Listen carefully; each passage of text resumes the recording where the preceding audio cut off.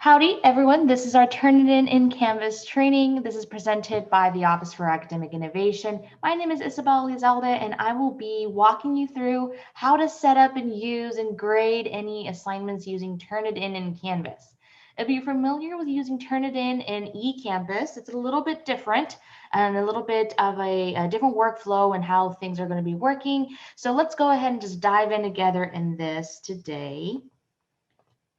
So a little bit of housekeeping if you haven't been with any of our trainings before. We will have 30 minutes together, closer to 25 for actual content. And then the last bit is going to be for question and answers that we'll be able to kind of talk through some things together. If you have any questions throughout the session, feel free to put them in the chat. I will try my very best to moderate that and view them at the very end of the session. If you have any questions that are very particular to your individual course or your individual needs, go ahead and join us during our office hours. We have our office hours listed on our LMS website, where you can talk to one of the instructional designers on our team to kind of talk through some of the things that you want to do with Turnitin or anything you want to do in Canvas.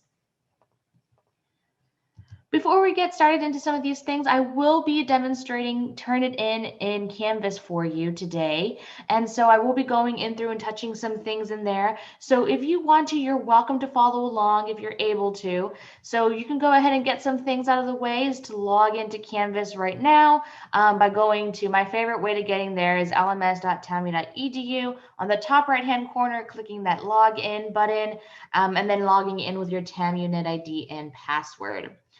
So as you're doing that, you're logging in, going in through Duo. I'm going to go and navigate as well to lms.tamu.edu. Here is my browser. So we go to lms.tamu.edu. On this website, on the top right-hand side, that's that area for logging in. A few things I wanted to show you on this website just really quickly is our getting ready for spring page. If you haven't already gotten ready through some of the things that we have for the spring semester, here they are, as well as our tools section. This is starting to get into our tools in Canvas. So like Turnitin and some of the other ones that we have available, you can see all the different tools that we have integrated into Canvas as of right now. And then our training and support page is going to be that page where we have our training. You've already been through here since you are here in this training session, but also some other training. We try to update this on a weekly basis. So come back every Monday or Friday afternoon to see what training we have for the next upcoming week in session, as well as our themes. We try to keep each week on a theme basis. So using third-party tools in Canvas is this week's theme. If you wanted to watch a recording of this session or any of the other training sessions that we have, all of our training is offered and archived throughout these areas. So our Canvas training will be here, as well as our YouTube channel that I'm going to talk about towards the end of today's session. But that is the gist of the LMS website that I want to go through just while you're here. And let's go ahead and get started with our training right here.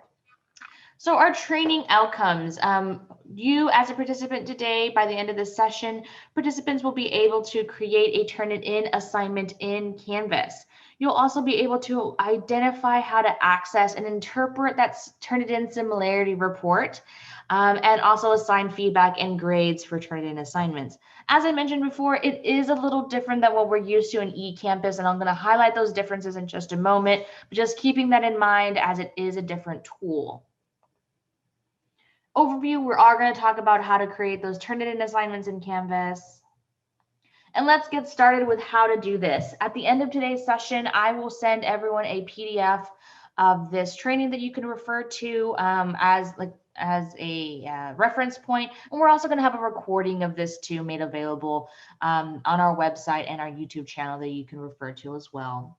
But let's go ahead and jump straight into Canvas. I already logged into my Canvas course, to my Canvas area, so I'm going to go into my Canvas course itself. And in this Canvas course, I am going to go into my modules section.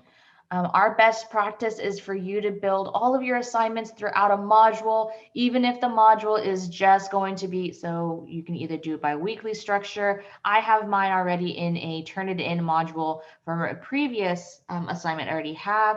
But what I'm going to do is create that assignment first. To create that assignment, if I can spotlight, okay.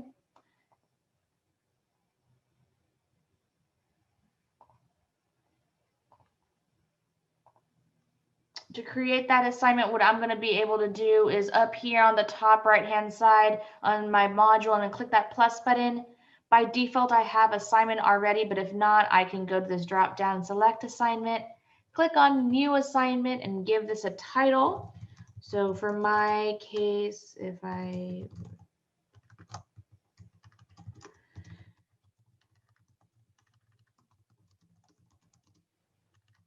okay, this is my research paper final, and I'm going to go ahead and add item. As I do that, it gets added to this module. I can click on the name of it to access it. So right there, I'm going to click on this to access it, and then click on edit on the top right. What I just did right now is I'm adding an assignment, just a blank assignment to a module, and then after I do that, I'm going to modify it so that I can make sure I set up the correct settings for my Turnitin assignment. From here, what I could do is if I had any existing instructions from a previous course or had already have my instructions made, I can input them here. With eCampus, we're used to adding the instructions to the Turnitin assignment. Now you're going to be using Canvas as your face for any Turnitin assignments. In eCampus, you used it in the forefront, like you went and created a Turnitin assignment. Here, you're using the Canvas assignment tool, but Turnitin is going to be working in the background for you. So after you add those assignment instructions, if I had them already, once you start adding those assignment instructions, you can scroll down a little bit, modify some of those assignment settings, such as the points possible, what assignment group. And then the next very important thing to be able to get the option to create a Turnitin assignment is under the submission type area. So right here in the middle of my screen. If I go to no submission, which is my default, if I select online, it's very important to select online and not the external tool. Select online for your submission type and only select file uploads. If you select text entry for any Turnitin assignments, it's not going to check the similarity of those text entries for any subsequent submissions. It only checks the first one. Our recommendation is to use the file uploads, as each one of those file uploads, if a student decides to resubmit a paper, gets checked. So that's just a tip for you today, that if you can leave with anything, it's only select file uploads for your submission type. So you're going to select online, file uploads. And if you see, as soon as I click this, I get this option down here. So if I uncheck it, I don't have it. If I check it, I do have it. This plagiarism review option. So that's going to be the Turnitin when you're turning on this Turnitin option. If I go ahead and select this drop down, I select Turnitin. And then that's how I have Turnitin working for me in the background. So from here, there's a few settings I can select. They're not as in-depth as the settings as you may be used to with eCampus, but some of the most popular and common ones are going to be here within Canvas. So for example, I can choose whether or not I want to store these papers in a repository or not. If this is a draft paper, you probably don't want to submit the papers to a repository. But if this is the final paper, you want those submitted to a repository. Reason being is if you have a draft and then you have a final paper, the students are technically going to be counting as plagiarizing themselves if you have both of them stored in the repository, because for most oftentimes the draft is going to be very similar to the final paper and vice versa. So just keeping that in mind, if it's a draft paper or anything like that, you don't want those stored, but the final ones is anything you do. You can then select the boxes for what submission types you want this to check for, the student repository, so all student papers, website content, and then periodicals, journals, and publications. This is stuff like EBSCOhost, any type of journals that you're used to for your, like through the library, any of those are there. These next four options can be changed at any point in time throughout the paper submission time. So you don't have to worry about them right now if you don't know if these will apply to you. But for example, the exclude bibliographic materials, if you have a research paper, you probably are going to want to exclude this from your similarity report. Example being that, let's say you get a similarity report of 30-40%, and it's because the student has a work cited. More than likely, those work cited is going to be what's going to be flagging them as similar, because it's other people have the same work cited sources. Maybe other people at other universities have used them, so it's going to start flagging those as similar, but it's not truly similar. It's just that other people have also cited those. If you don't have a works cited page, then you don't want to check that. But this will help you out without an accurate report for the similarity. Same thing for quoted materials. If you're allowing your students to use quotes in your papers, like direct quotes, then you can exclude those from the similarity report. But if you're not allowing them to, you want it included so that they can get flagged and you're notified of those as well. Same thing with small sources. If you don't believe that there's a source out there that's only a percentage of 2% match, you don't think that's really considered similar, you can set that here, but you can also set that per paper as you are moving forward. So you don't have to set that as well. And then the next one is going to be that grammar checker. There is a different grammar check that you can utilize, advanced, high school, middle school, elementary English learners. For the most part, for college students, especially those core courses, you're probably going to want to use a high school handbook. For graduate students, you'd probably use those advanced because it's more of, they already have that baccalaureate degree for the handbook. And then you can select the dictionary and then what you want to be searching for. This isn't going to grade the students on those. What it's going to do is just highlight those things so that both you and the student can see them. You can then choose for this to be saved as your default setting so that every other time after that you create a Turnitin assignment, this will get added there automatically. Next is the option for showing the report to students. You have 4 options right here for showing the report. That's that similarity report. You could choose for immediately. That means as soon as that student turns it in, maybe 2-3 minutes afterwards, they can start seeing that report generated for them. And then you choose and allow the student to resubmit if they wanted to. This is one of the best cases of using Turnitin, as it will help the student understand where they may have some needs of improvement for their citing of sources. So if they needed to improve one citation because they didn't cite it correctly, or they missed a way that they did something, that will get all shown to them into that report. Same thing with the grammar. If you have that checked, they can then make those changes in that paper and then resubmit. If not, you could choose the after assignment is graded. That means that after the assignment is graded, well, before the assignment is graded, only you as the instructor and anyone in an instructor capacity could see those reports. Before that, the students won't be able to see that. After the due date, that means after the due date that you have set down here in Canvas, but before it is graded, you want them to see those reports. And then never, if you never want them to be able to see that report. Our best practice and #1 suggested way to do this is immediately, so that students can kind of see how they're doing in their papers, especially if this is a writing intensive course, or this is a course that really works on the consecutive feedback mechanism of a paper with a draft or a paper with multiple drafts or multiple sections. So that iterative assessment that you may need to get with some papers.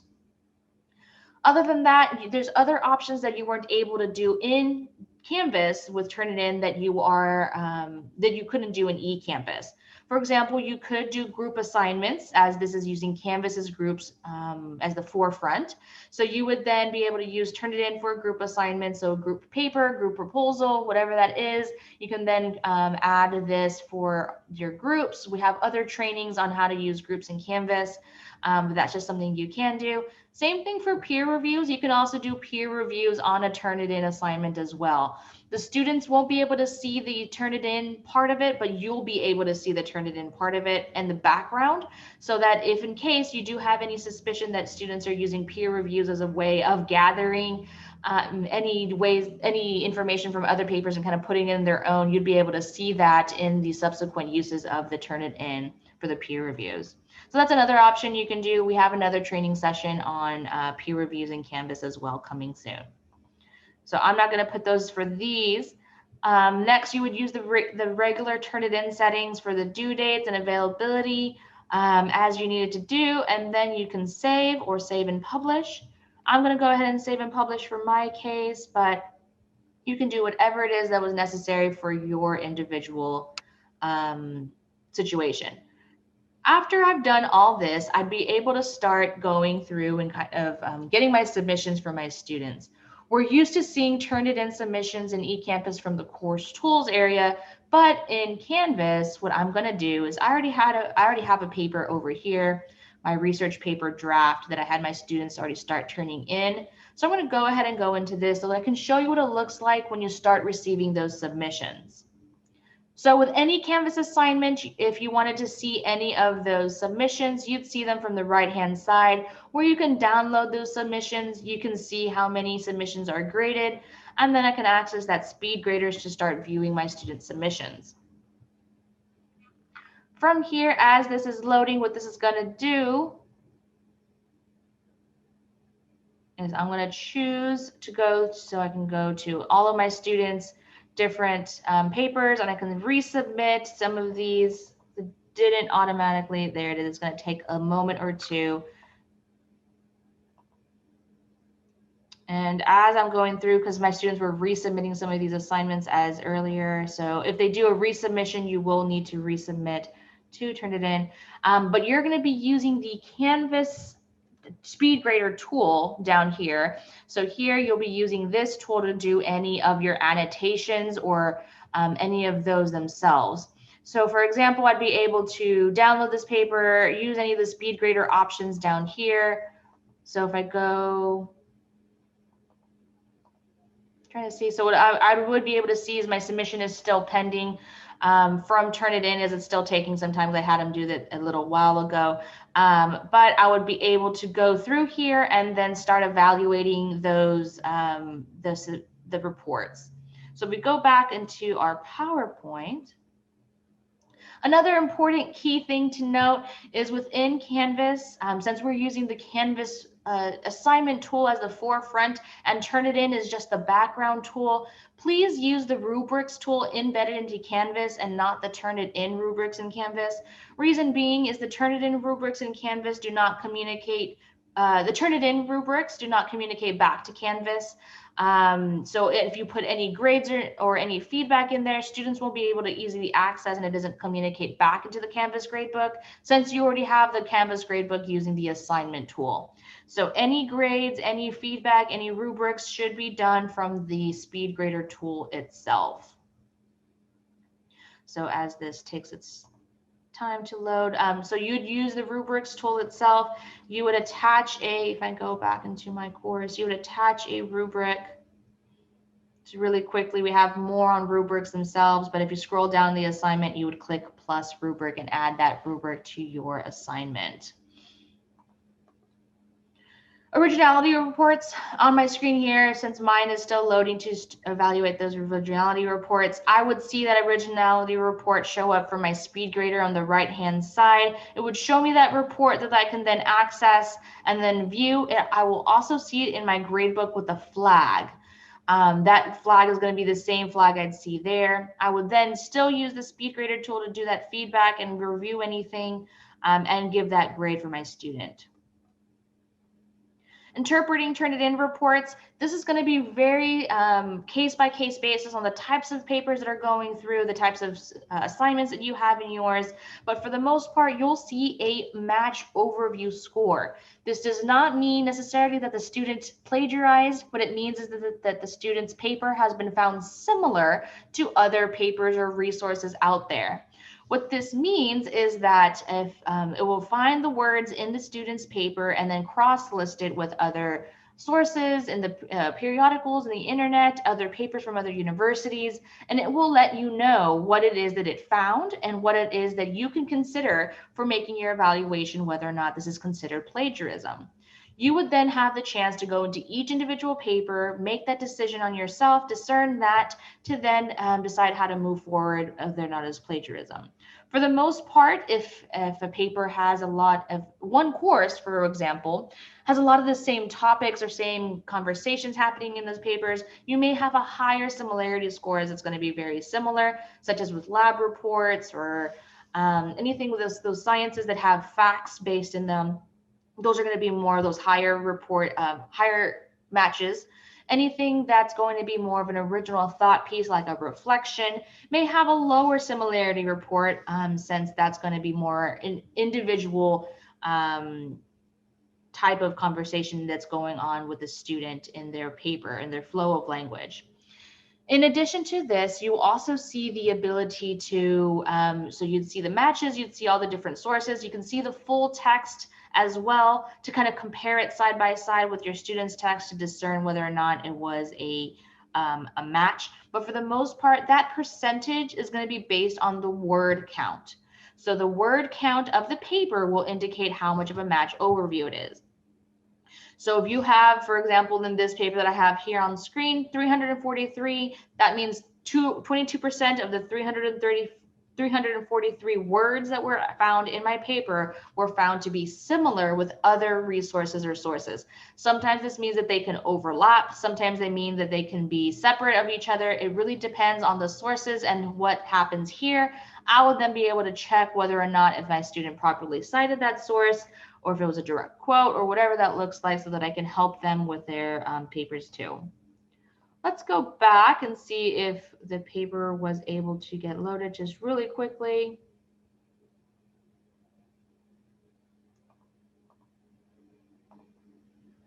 No, it is still taking a little bit of time to do that, and that is fine.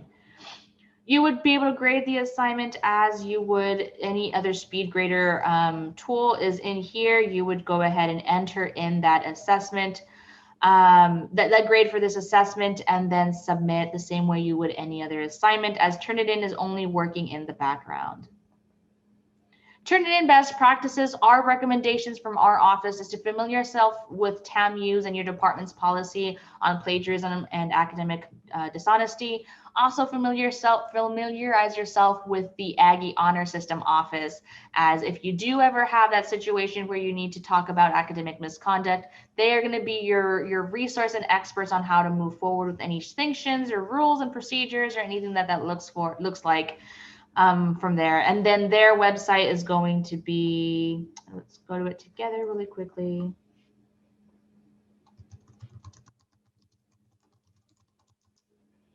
If I Google it, there it is. AggieHonor.TAMU.EDU is going to be our website for our Aggie Honor System office. If you ever have any questions, they have a lot of different resources and FAQs that you can refer to as well. That is all I have for Turnitin today. I know it was very short, very fast. If you have any questions within Turnitin, how to use it in your course, maybe you have a very specific case you want to talk about, please join us for office hours. Other trainings that we have is like our Office 365, Gradescope and Canvas, which is very similar. It is a Turnitin product that you may choose to use for delivering feedback. And then Google Drive and Canvas. I will send a link, a PDF of this presentation in just a moment so you can have it as a resource. Then other resources we have, such as LMS.TAMU.EDU, our virtual office hours where you can have a conversation with us one-on-one on Turnitin or anything Canvas related. Training such as this YouTube, our YouTube channel will have all of our trainings that we have done so far, such as this one and our other special topics. Social media such as Twitter and Instagram, if you want to follow us there, where we put lots of bite-sized information that you can kind of use. And then as always, our support desk at aihelp@tamu.edu and then 979-458-3417. So that concludes this training. What I will do now is I'm going to end this recording. To learn more, please visit LMS.TAMU.EDU or email us at aihelp@tamu.edu. Thank you.